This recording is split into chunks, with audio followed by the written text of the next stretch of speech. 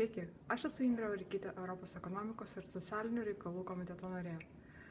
Aš labai dažnai kritikuoju Lietuvos politikus dėl jų negebėjimo priimti sprendimus remiantis logika, tyrimais, mokslu, dėl jų savanaudiškumo ir populiarumo siekimo, netgi vadovavimuose viduramžių stereotipais, kas išties nepadeda Lietuvai tapti pažangia ir modernia valstybė.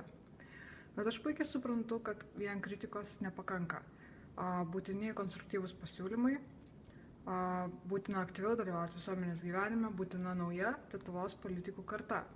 Todėl aš labai palaikau Tado Langaičio iniciatyvą įkalbėk.lt ir noriu pasiūlyti 3 jaunus žmonės, kurių mano nuomonė šiandien labai trūksta Lietuvos politikoje.